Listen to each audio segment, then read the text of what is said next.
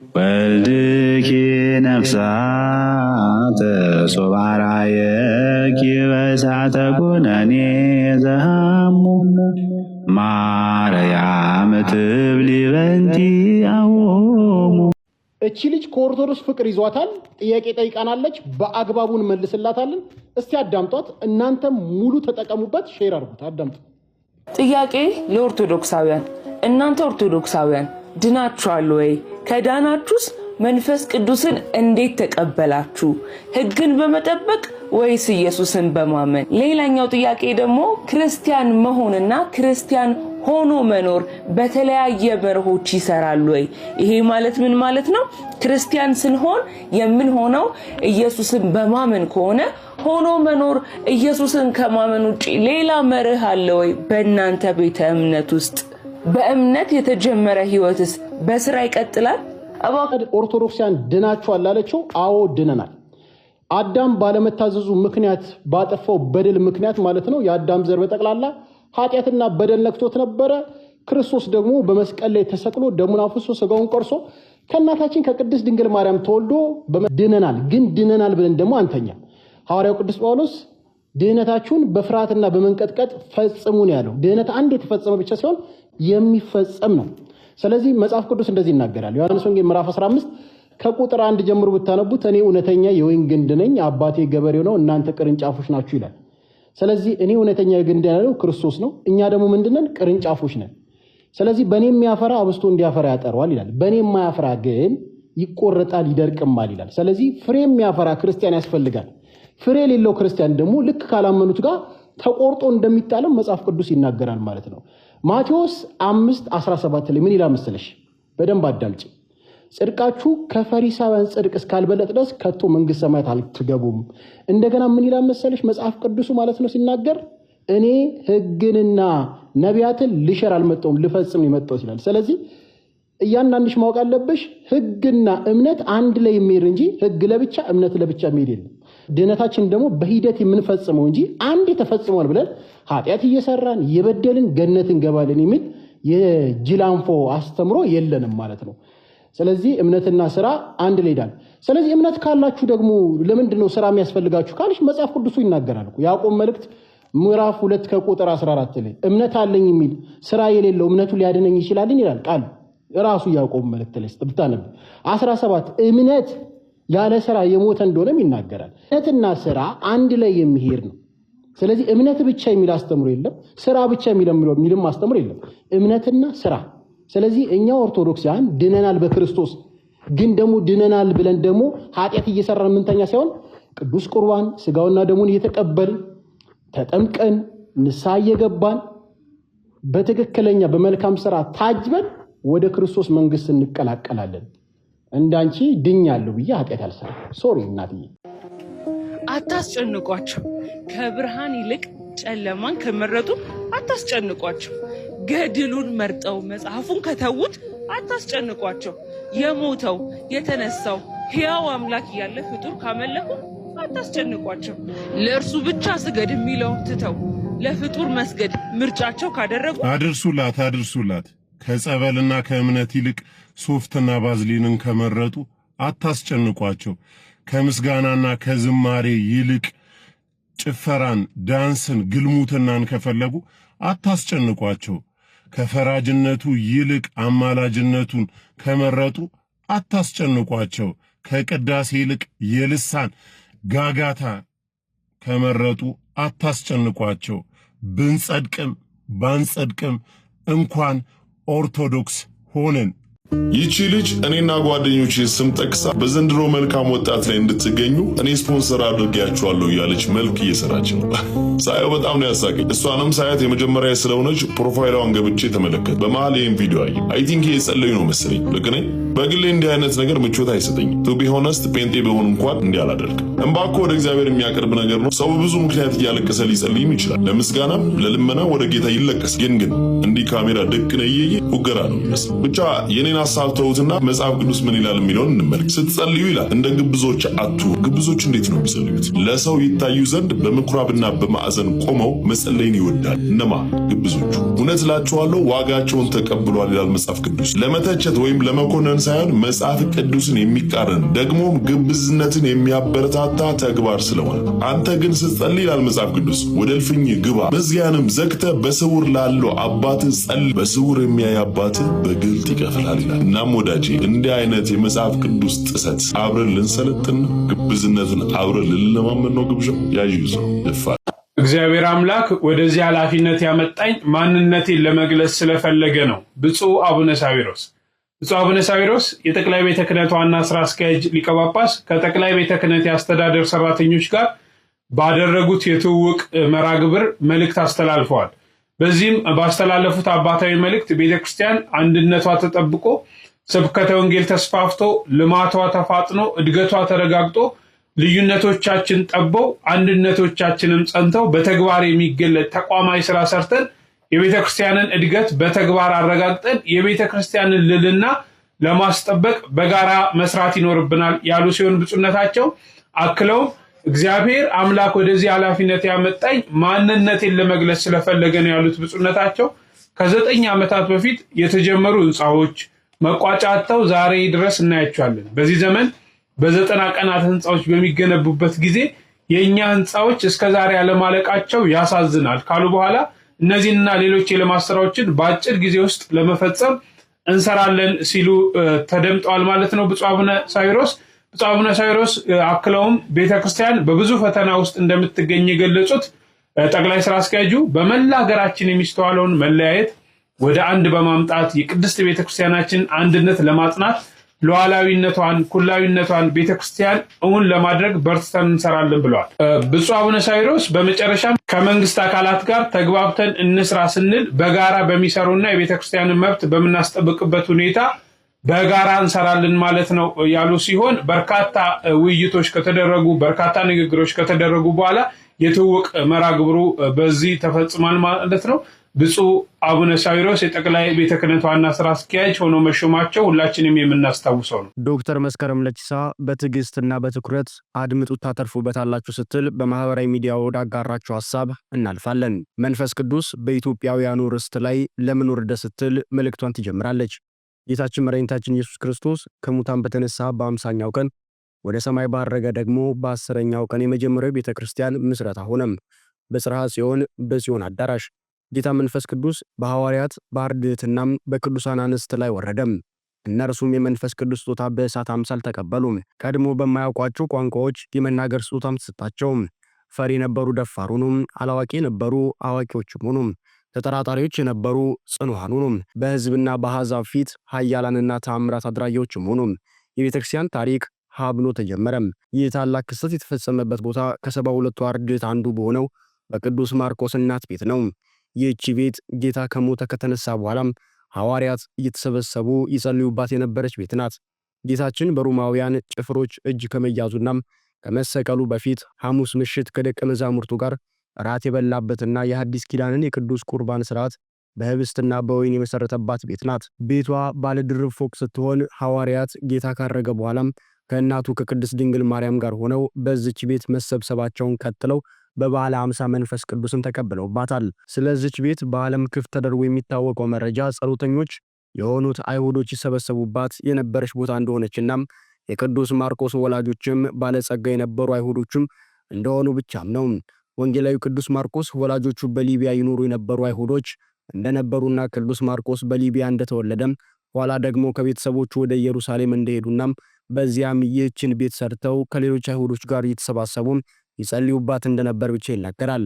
ሌላው ቀርቶ መንበረ ማርቆስ ባለባት በግብጽ ኦርቶዶክስ ተዋሕዶ ቤተክርስቲያን እንኳን ስለ ቅዱስ ማርቆስና ስለ ወላጆቹ ማንነት ከዚህ ያለፈ መረጃ በስፋት አይነገርም። የኢትዮጵያውያኖቹ ምንጮች ግን ስለ ቅዱስ ማርቆስ ቤተሰቦችና ስለዚች መንፈስ ቅዱስ ስለወረደባት ቤት ስለ ሁሉም የተለየ ዝርዝር መረጃም አላቸው። የቅዱስ ማርቆስ ወላጆች በአያቱ ቤት ከእናቱ እናት ጀምሮ ከዚሁ ከኢትዮጵያ ፈልሰው የሄዱ ኢትዮጵያውያን አይሁዶች እንደሆኑ ነው የሚናገሩት። ወደ ኢየሩሳሌም ከመሄዳቸውም በፊት በግብጽና በኑቢያ እንደሚኖሩ ይገልጻሉ። ኋላም በኢየሩሳሌም የቅዱስ ማርቆስ እናት ማርያም የተባለችውና የማርቆስ አባት ትልቅ ቤት ሰርተው በተለይም ከኢትዮጵያ ወደ ኢየሩሳሌም ለመስገድና በዓለ ሃምሳን ለማክበር ይሄዱን የነበሩ ኢትዮጵያውያንንና ከሌሎችም ሀገራት ይመጡ የነበሩ አይሁዶችን በመቀበልና በማስተናገድ ያገለግሉ የነበሩ እንደሆኑ ነው የሚገልጹት። ኢትዮጵያዊ ጃንደረባም በዚች ቤት ተስተናግዷል። የቅዱስ ማርቆስ እናት ቤት የነበረችበት ቦታ ቀሬና የሚባለው ቦታ ሲሆን ጌታ የተሰቀለባት ቀራንዮ ደግሞ ከዚች ቀሬና ከምትባለው የጥንት ሰፈር አቅራቢያ ትገኛለች። ቀራንዮ እንት ኢትዮጵያዊ መልከጼዴቅ በህብስትና በወይን የምስጋና መስዋዕት ለእግዚአብሔር ይሰዋባት የነበረች ቦታ ስትሆን ጠቅላላው የቀሬና ሰፈር ደግሞ ንጉሥ ሰለሞን ለንግሥት ሳባ ለሰራዊቷና አብረዋት ወደ ኢየሩሳሌም ተጉዘው ለነበሩት ኢትዮጵያውያን ማረፊያ እንዲሆናቸው ሰጥቷቸው የነበረው ቦታም ነው። በቦታውም ንጉሥ ሰለሞን ለንግሥት ሳባ ቤተ መንግሥት አሰርቶላት የነበረ ሲሆን ኋላም ከኢትዮጵያ ነገሥታት የሚላኩ መልእክተኞች ሆኑ በዓል ለማክበር ለመስገድ ልክ እንደ ኢትዮጵያዊ ጃንደረባም ወደ ኢየሩሳሌም ለሚመጡ ሁሉ ማረፊያ እንደሆናቸው ለልጅ ልጅ ርስት ይሁንሽ ብሎ ስጦታ የሰጣት ቦታም ነው። ከጊዜ ብዛት ቤተ መንግስቱ ቢፈርስም ርስቱ ግን አልቀረም ነበርና ቦታው ላይ በጊዜያዊነት ኢትዮጵያውያን እየመጡ ይሰፍሩበት ነበረም። እንደ ዘላን ከብት እያረቡም ይቆዩበት ነበረም። ኋላም በዚህ ርስት ክልል ውስጥ ኢትዮጵያውያኑ የማርቆስ ወላጆች ትልቅ ባለ ድርብ አዳራሽ ሰርተው ወደ ኢየሩሳሌም ሊሰግዱ ይመጡ የነበሩ ኢትዮጵያውያንን ተቀበለው ያስተናግዱባትም ነበረም። ጌታችን መድኃኒታችን ኢየሱስ ክርስቶስ የአዲስ ኪዳኑን መስዋዕት በህብስትና በወይን ሰርቶም ለደቀ መዛሙርቱ ሥጋ ወደሙ ለመጀመሪያ ጊዜ ያቀረበላቸው እንዲሁም መንፈስ ቅዱስ በሐዋርያት ላይ ወርዶ የመጀመሪያው የአዲስ ኪዳን ቤተክርስቲያን የተመሰረተችው በዚች ቤት ውስጥ ነው። ለመሆኑ ጌታ ይህችን ቤት ለምን መረጠም? የመጀመሪያውና ግልጹ ምክንያት በሰለሞን ቤተ መቅደስ ውስጥ አዲስ ሥርዓት ልስራ ቢል ጻፎችና ፈሪሳውያን በበጎ አይቀበሉትም።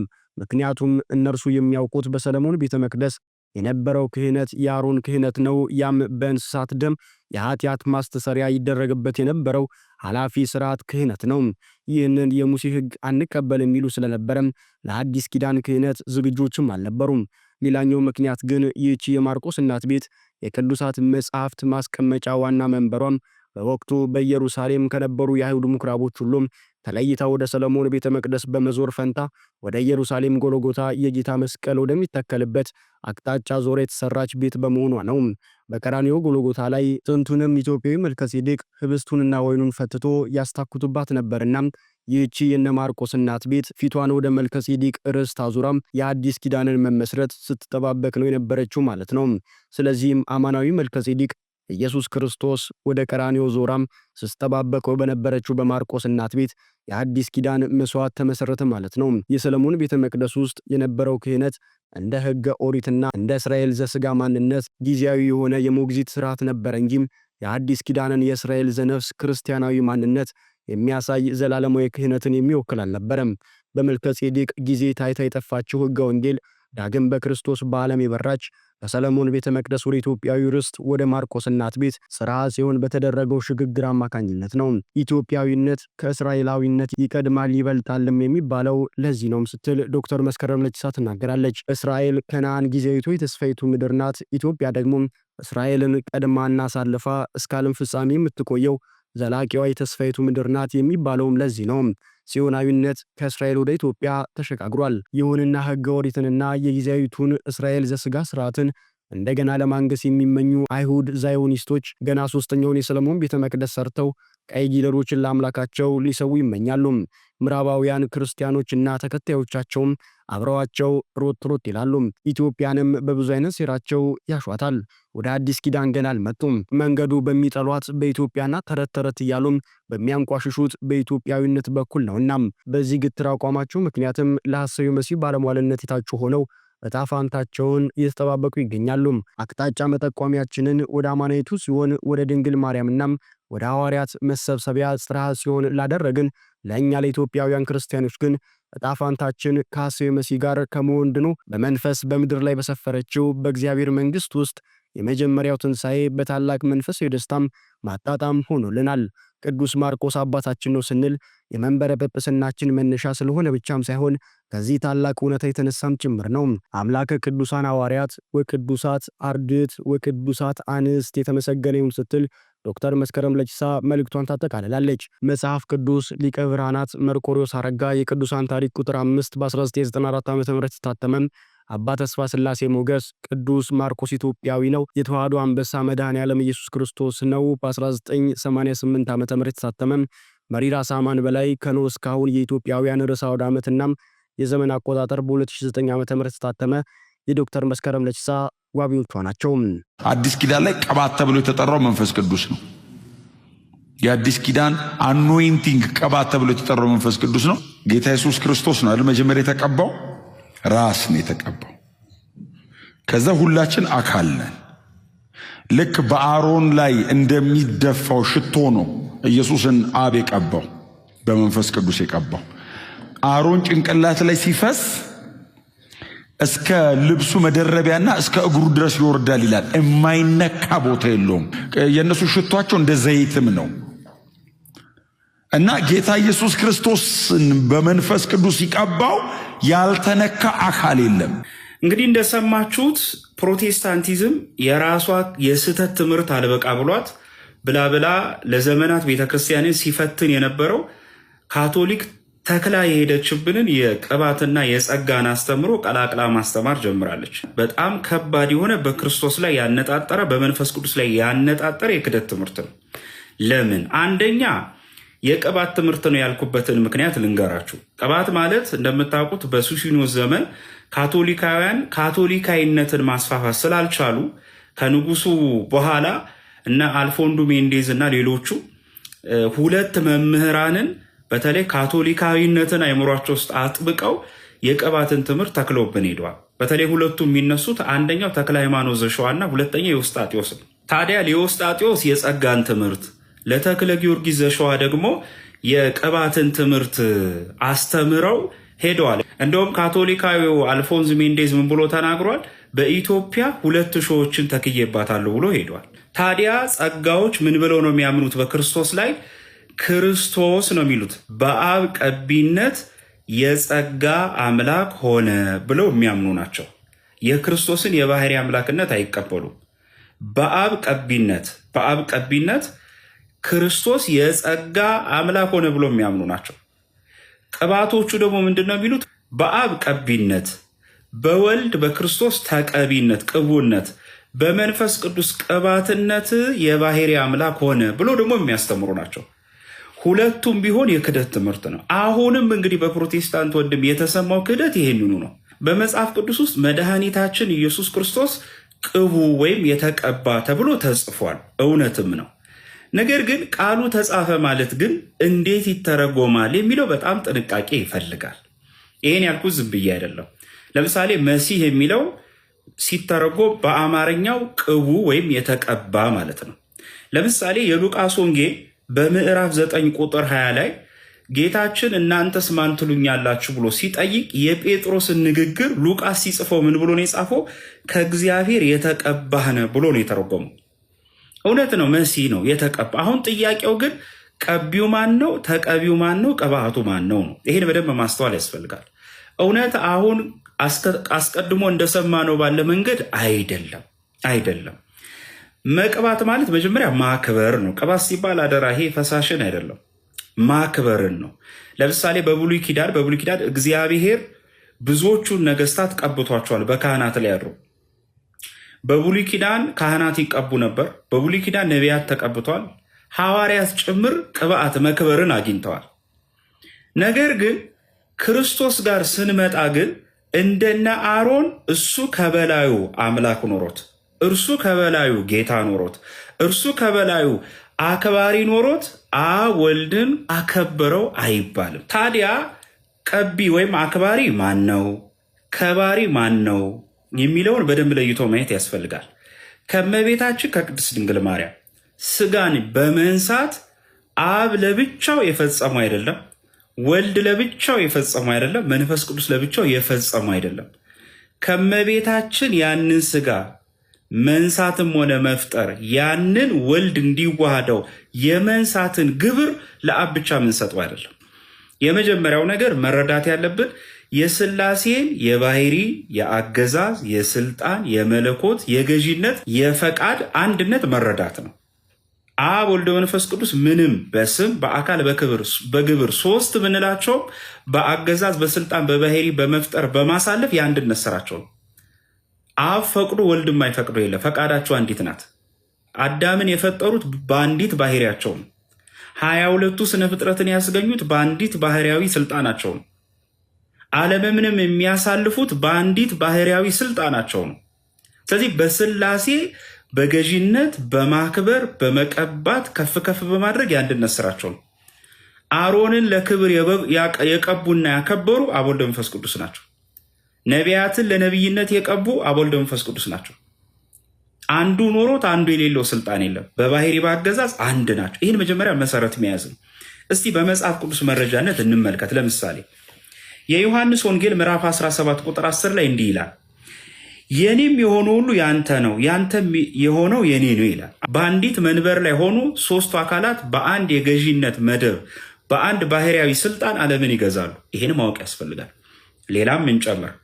ዮሐንስ 5:21 ላይ አብ ሙታንን እንደሚያነሳ ሕይወትም እንደሚሰጣቸው እንዲሁ ወልድ ደግሞ ለሚወዳቸው ሕይወትን ይሰጣል። አብ ችሎ ወልድ የማይችለው ነገር የለም።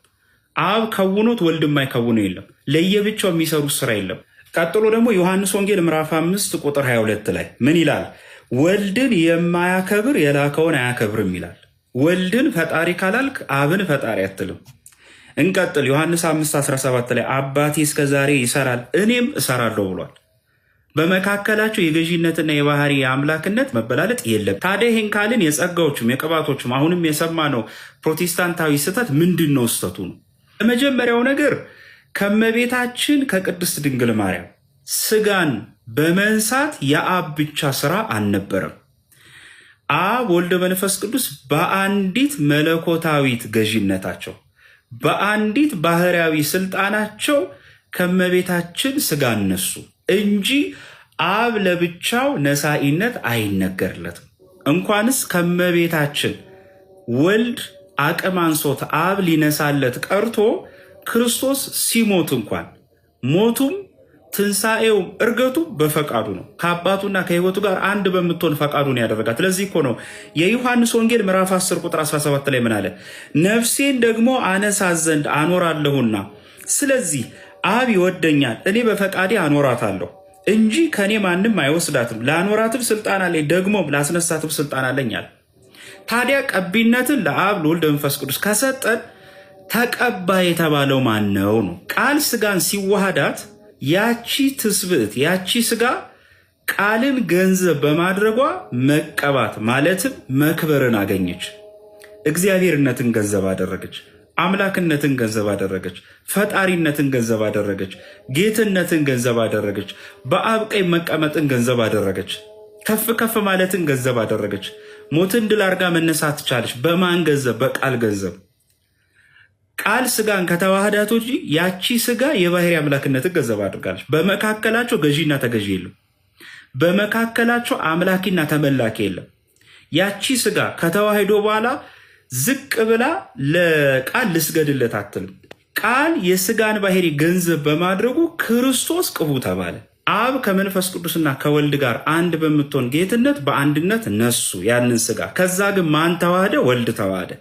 የአብ አካል አልተዋህደም፣ የመንፈስ ቅዱስ አካል አልተዋህደም። ነገር ግን መቀባት ወይም ቅቡነት መነገር የማይስማማው ያ ቃል መክበር የሚነገርላትን ትስብእትን ባህሪው እንዳደረገ ገንዘቡ እንዳደረገላት ለመናገር ክርስቶስን ቅቡ እንለዋለን። ቅዱስ ቄርሎስ እንዲህ ይላል፣ በክብር ተገለጠ የተባለው መለኮት አይደለም።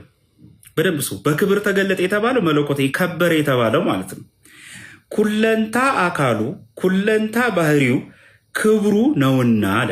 ለመለኮት እንደምን ከበረ ይባላልን? አለ ቅዱስ ቄርሎስ። ከድንግል በነሳው ከሙታን ለይቶ ባስነሳው። አያችሁ፣ በደንብ ስሙት። ከድንግል በነሳው አለ፣ ከሙታን ለይቶ ባስነሳው በስጋው ከበረ ተባለ እንጂ አለ። ለምሳሌ ምን ይላል ጌታ? አባቴ አስነሳ ወይ ደግሞ አብ አስነሳ ይባላል። አሁን ከሞት ራሱ ማስነሳት ለአብ ተነግሯል። ራሱ ወልድም ተነግሮለታል፣ በመንፈስ ቅዱስም ተነግሯል። ያን ስጋ ከሞት ማስነሳት ክርስቶስ ተነሳ ስንል በገዛ ስልጣኑ ነው። ከማን ጋር? ከአብና ከመንፈስ ቅዱስ ጋር አንድ በምትሆን ገዢነቱ አምላክነቱ። ሌላው ስህተት ደግሞ መንፈስ ቅዱስን እንደ ቅባት መናገር። ይሄ በጣም ስህተት ነው። ይሄ በራሱ ምን ያመጣል? አንድ የመቅዶኒዎስን ትምህርት ያመጣል። በአብ ቀቢነት በመንፈስ ቅዱስ ቅባትነት አብ ክርስቶስ ወልድን ቀባው ማለት የመንፈስ ቅዱስ አካላዊነት መካድ ነው። መንፈስ ቅዱስ ከቀቢው እያሳነስከው ነው አንድ። ሁለተኛ ደግሞ እንደ ተራ መገልገያ አካልነቱን ክደ ከባህሪ አባቱና ከቃል ጋር ያለውን የባህሪ አንድነት የገዢነት አንድነት በአንዲት መለኮታዊ መንበርነት ገዢነት ያለውን መንፈስ ቅዱስ አውጥተ እንደ ተራ ቅባት እየጠራው ነው። ስለዚህ አካላዊነቱን እየካድክ ነው። ራሱ ጌታችንም እንዲህ ብሏል። ዮሐንስ 14:26 ላይ አብ በስሜ የምልከው ግን መንፈስ ቅዱስ የሆነው አጽናኝ እርሱ ሁሉን ያስተምሯቸዋል፣ እኔም የነገርኳችሁን ሁሉ ያሳስባቸዋል አለ። በደንብ አስተውሉ። መንፈስ ቅዱስ የሆነው አጽናኝ ነው ያለው። አብ በስሜ የሚልከው አለ። አጽናኝ ተብሏል። ራሱ ገዢ ነው፣ ራሱ አባት ነው፣ ራሱ አምላክ ነው። ፕሮቴስታንቲዝም እንደው ከራሱ አንሶ እንደገና ቅባትንና የጸጋን ትምህርት ስቦ ማስተማር ይሄ በጣም በጣም ነውር ነው።